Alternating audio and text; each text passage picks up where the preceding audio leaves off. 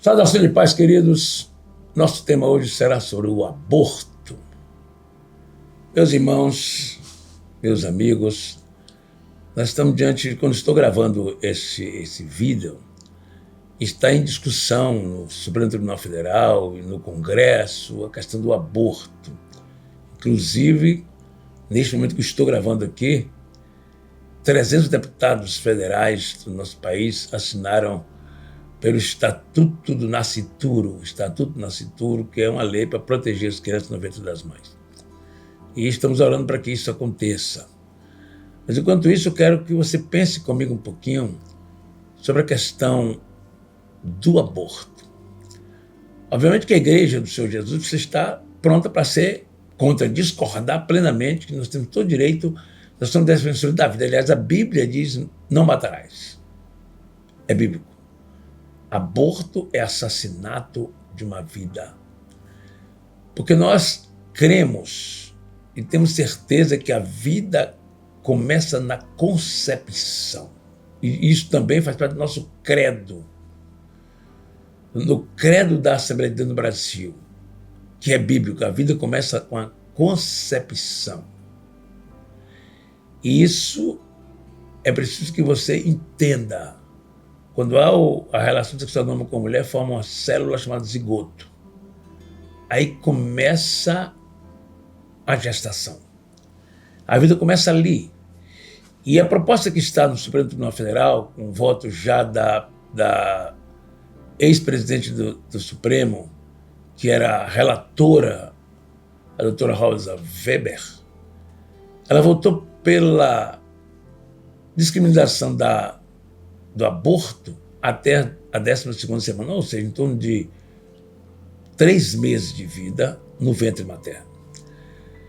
E se esquecem exatamente de que com 12 semanas o feto já tem formato, todo formato, é pequenininho, mas já tem coração, cérebro, o formato do corpo, já é uma pessoa, também visivelmente uma pessoa em tamanho pequenininho, mas é uma pessoa. E já tem todos os órgãos do corpo lá, só está em fase de crescimento e agora. Então isso realmente é um assassinato, não se pode mudar de nome. Então existem muitos movimentos no mundo, movimento feminista, movimento de muitos deputados que estão defendendo isso como sendo privilegiando a mulher. As feministas dizem assim, meu corpo, minhas regras. Mas é bom que você, cristão, esteja atento para pensar o seguinte, quando a mulher fica grávida, não é o corpo dela tem uma outra vida dentro dele, ou seja, existe um outro corpo, com a permissão de Deus, no ventre daquela mulher. E hoje acontecem muitos abortos no mundo, 55 milhões de abortos por ano. Isso é praticamente 10 vezes o número de pessoas que morreram naquela coisa que foi tão grave mundialmente, que foi a pandemia.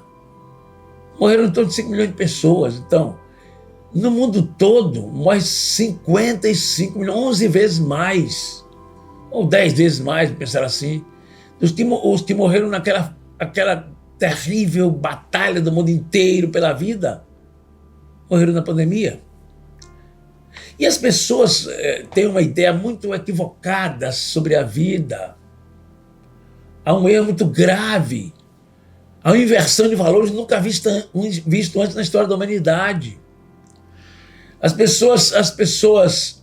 Eu vi um repórter fazendo uma entrevista, as pessoas na rua, e chegavam as pessoas e perguntavam assim, o que é que você acha do mico-leão dourado se alguém matar? Ele disse, merece ser preso. E depois perguntava às mesmas pessoas, e o aborto? Isso aí é legal, isso é tranquilo, a mulher quiser abortar, não tem nada de errado nisso. Que ideia é essa? Como é que um ser humano vale menos do que um mico-leão dourado? Como é que um ser humano vale menos de um pássaro que voa por aí? O ser humano não é tratado como nada diante dessas pessoas que defendem o aborto. E nós precisamos preparar nossos jovens, que estão nas universidades, para confrontar com as mensagens e as ideias e as ideologias e as narrativas diabólicas que estão ganhando corpo. E é uma coisa interessante que as pessoas que defendem o aborto diz que está protegendo a mulher. Olha, o aborto no Brasil, o aborto tem 3 situações que o aborto pode acontecer, já existe legal. Anencefalia, ou seja, quando a criança nasce sem cérebro. Em caso de violência sexual, de estupro, a mulher pode abortar legalmente. E em caso de salvar a vida da mãe. São as 3 coisas que estão na lei brasileira sobre o aborto. E querem agora criar uma lei geral para se abortar o dia que quiser, depois que tiver até os 3 meses de vida. E isso pode abrir a porta para ser o tempo inteiro, porque só os médicos que têm um contato com as pessoas, e tudo isso pode ver corrupção também no meio médico, de abortar pessoas, com crianças com muito mais meses. E não tem diferença nenhuma de abortar uma criança com 1 mês de vida, com 3 meses no ventre, do que matar uma criança depois que nasceu. É uma vida, só muda a idade. Uma criança que é vítima de abortos é uma vida, só muda a idade. Então, o que nós, pastores, precisamos fazer, nós, conselheiros, é orientar devidamente os nossos jovens sobre casamento. Primeiro, porque muitas meninas que tentam abortar até da igreja teve sexo precoce, teve sexo irresponsável, teve sexo ainda na adolescência e leva ao aborto. Ou pessoas que foram vítimas às vezes, de uma relação indevida com alguém, não é? Um marido que traiu a mulher e quer que aquela pessoa que fica grávida dele aborte. Então, coisas baseadas em pecados das pessoas. O aborto em si já é um pecado. E nós precisamos, na igreja, orientar as pessoas sobre isso. Primeiro, orientar os jovens a esperar o tempo do casamento. Os jovens precisam ser treinados a ter paciência, a não viver namorando de forma terrível, avassaladora por aí, a esperar o tempo de Deus na vida deles. Precisam ser orientados, ensinados, com experiências, com vivências, com palavra, com sabedoria. Adultos precisam se aproximar dos jovens, cuidar deles, porque é um tempo de tentação, de sedução, de coisas diabólicas terríveis. É preciso que as famílias sejam orientadas. Porque a Bíblia ensina, a Bíblia não diz que você tem que ter muitos filhos. Até a Bíblia ensina na relação sexual ter muito consentimento. Isso é muito interessante. Então, não é uma coisa obrigada de você ter muitos filhos, mas é preciso que as pessoas entendam que abortar é assassinar. Não vamos mudar as palavras, arrumar um termo mais bonito para dizer que é abortar. Aborto é assassinato. Aborto é violência. Aborto deve ser crime. E nós precisamos, enquanto esse processo está andando, de mandar e-mail para os nossos deputados e senadores. Você que votou no deputado, votou no senador, é hora de você mandar um e-mail para ele, para advertir que ele pode estar cometendo um grande erro votar a favor do aborto, para que os deputados concluam o processo do Estatuto do Nascituro e se torne uma lei, porque já existe lei para isso. O Supremo está trabalhando em coisas que já existe lei. Partidos políticos vão ao Supremo, em vez de o próprio Congresso onde eles fazem parte, vão ao Supremo para o Supremo decidir sobre coisas que é o Congresso que tem que decidir.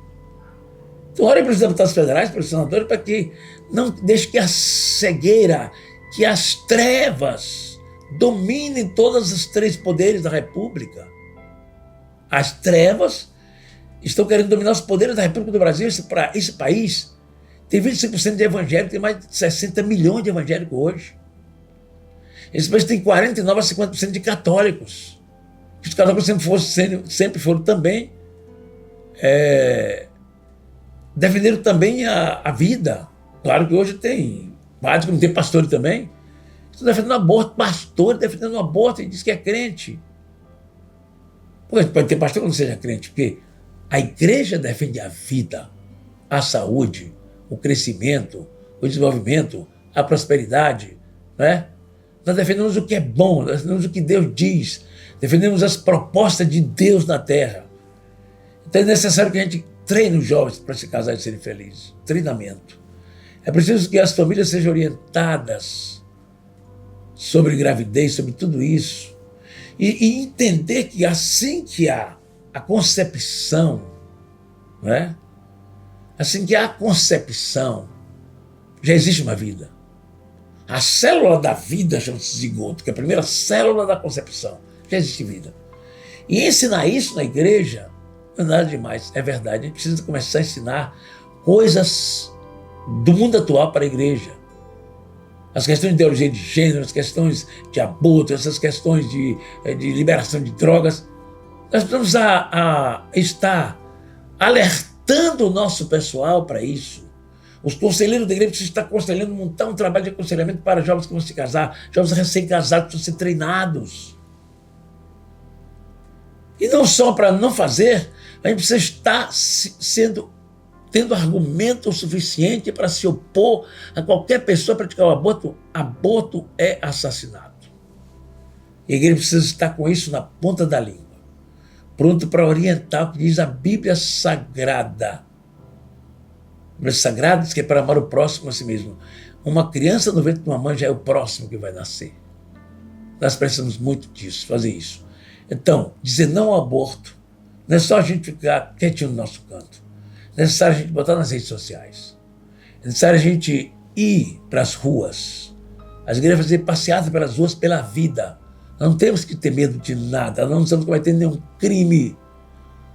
Nós temos liberdade ainda nesse país de sair às ruas, de dizer que Jesus Cristo é o Senhor. Jesus Cristo condena o pecado, o uso das drogas, que condena o aborto, que condena toda essa malignidade de fazer mal às nossas crianças.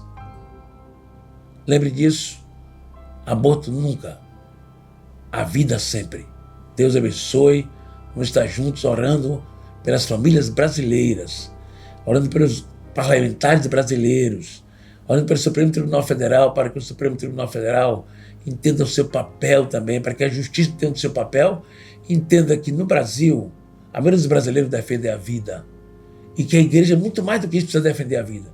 Se tiver um crente defendendo aborto, pode ter certeza que ele não é crente. Ele já foi crente ou nunca foi crente, desviado. Que Deus abençoe você, Ele dê graça para ser uma bênção nesse tempo presente. Um abraço, minha gente, Deus abençoe a todos, que Deus nos guarde de pecar contra o Senhor e de seguir esse mundo de valores invertidos. Possamos ter os valores da graça, os valores do reino, os valores do céu. Um abraço.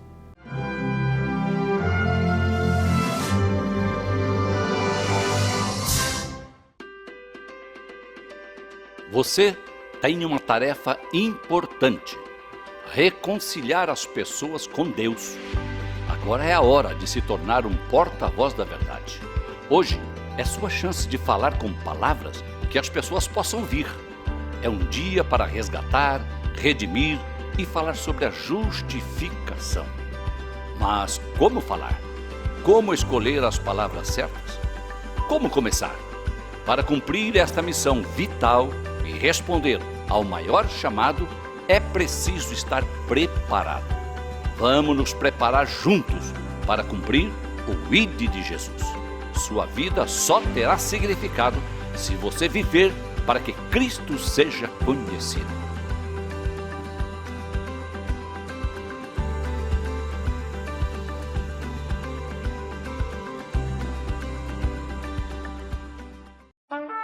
Atenção, região Nordeste! O maior evento de educação cristã está de volta. 35ª Conferência de Escola Dominical. Com o tema O Espírito Santo capacitando a igreja para o ensino da verdade. 14 a 17 de março de 2024, no Centro de Convenções de Pernambuco. Aprenda com experientes nomes da área de ensino as melhores práticas de educação cristã. Pastor José Wellington Bezerra da Costa, Pastor José Wellington Costa Júnior, Pastor Ailton José Alves, Ronaldo Rodrigues de Souza, Pastor Ezequias Soares, Pastor Douglas Batista, Pastor Elienay Cabral, Pastor Alexandre Coelho, Professora Joane Bentes, além de muitos outros pastores, educadores, psicólogos e pedagogos plenamente qualificados e com ampla experiência na área de ensino.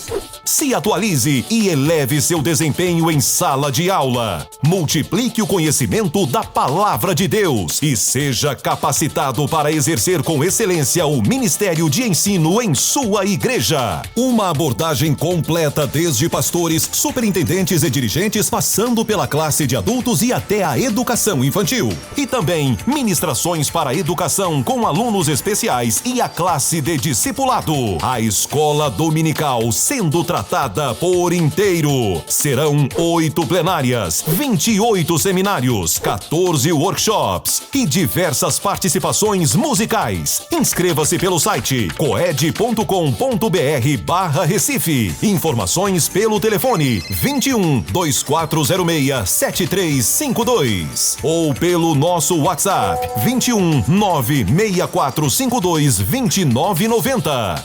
Monte sua caravana. Venha participar da 35ª Conferência de Escola Dominical, 14 a 17 de março de 2024, no Centro de Convenções de Pernambuco. Uma realização CPAD, a editora da Escola Dominical.